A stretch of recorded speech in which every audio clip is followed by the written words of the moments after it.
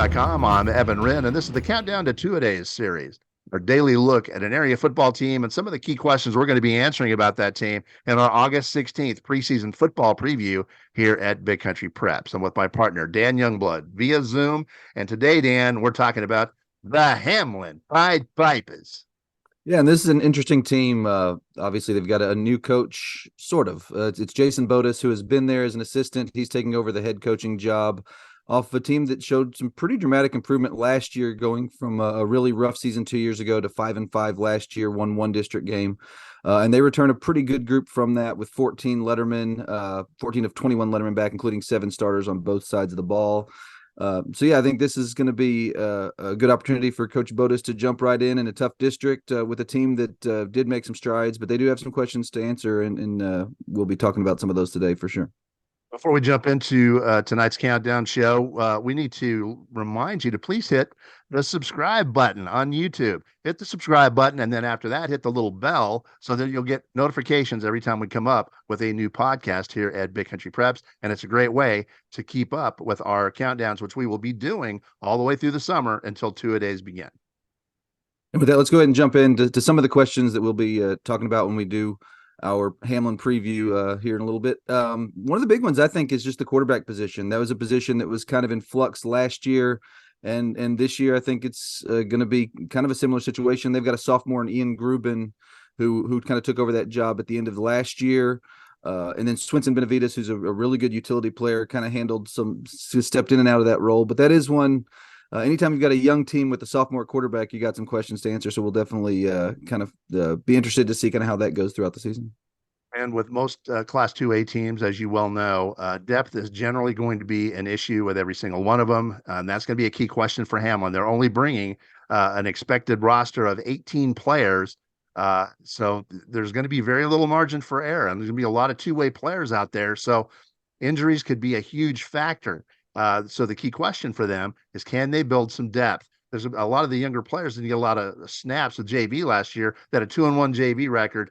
2-1 tells you not a whole lot of snaps, not a whole lot of experience coming up. So it's going to be a key question right there. Can they get some depth, put together enough to offset whatever injuries do occur? And they will occur. Yeah, and particularly in a district that's got, Albany, Miles, Roscoe, that's a tough situation. But it's kind of like what we talked about with Cross Plains yesterday, is that this is one of those annual questions that Hamlin has to answer now, but that will be a big factor. And then one final question we will be very interested in seeing answered over the course of the season is the line play. They had a pretty good experienced line last year, lost to 3 or 4 really quality senior players. And you're going to be a little younger up there on both lines this year. So I think a big question is just kind of how they're able to develop not only depth at the line positions, but starters there. I think you're going to have some new guys stepping in there. They're going to have to find a way to get the job done. So I think that's going to be another key question they're going to have to answer throughout the season. All right, let's take a quick look at Hamlin's schedule for 2023. The non-district portion of that, Dan, I like. It does have some challenges, especially that opener with Stanford on the road on August 25th. But there's room to get some wins in that non-district portion. Water Valley is on the 1st of September at home. Road date at Crosbyton on the 8th of September. Monday at home on the 15th, and a road date at Quanah on the 22nd. So it's got a mix of challenges and a shot at getting some wins and maybe get some confidence going into district play. And then they have their open date September 29th, and then open district with a winnable game at home against Abilene TLCA. That was the district game they won a year ago. And then they go at 2 Miles on October 13th, a tough game there. Bring Cross Plains to town on October 20th, go to Albany on the 27th, and then play Roscoe at home on November 3rd. So you look at that schedule, like you said, you got an opportunity to build some momentum during the non-district portion, have a chance to get off to a good start in district with TLCA there in the opener. And then it gets tough. You got to find a way to win probably one more game if you want to get into the playoffs. And it looks like you got Cross Plains on the 20th, Roscoe on the 3rd. And those are really the big games. You got to find a way to win one of those if you want to get into the postseason.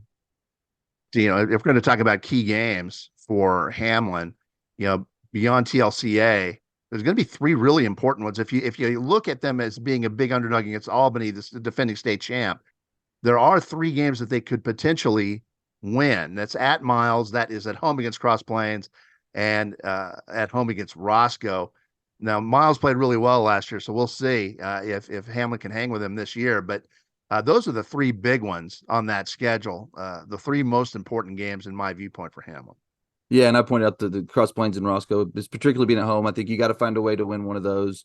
But I mean, the bottom line though is this is just a really good, solid, tough district, throughout. Because this Hamlin team, I do expect to be competitive. I think that this Hamlin team has an opportunity to kind of improve on what it did last year. But when you look at that district slate, it can be difficult to find wins. So they're going to have to find a way to build some momentum through that non-district portion of the schedule. Make sure you win that opener against TLCA, and then just try to find a way to steal another one. But it should be a fun season of development for this Hamlin team. All right, with that, it's about time to wrap up the Countdown to Two-A-Days series for today, the Hamlin Pied Pipers. But before we do that, we want to remind you that on August 16th, we're going to be releasing our annual preseason football preview, which is more comprehensive than any media source in our area is going to give you. And it's also more accurate as far as our predictions than any media source in the state. And as well, it should be. This is our turf. This is our area. We take pride in it. And it's the best preseason preview for big country football available, the most comprehensive. In the meantime, thank you for joining us for this episode of our Countdown to Two-A-Days series, and make sure you join us again tomorrow when we will be highlighting the Roscoe Plowboys here at BigCountryPreps.com.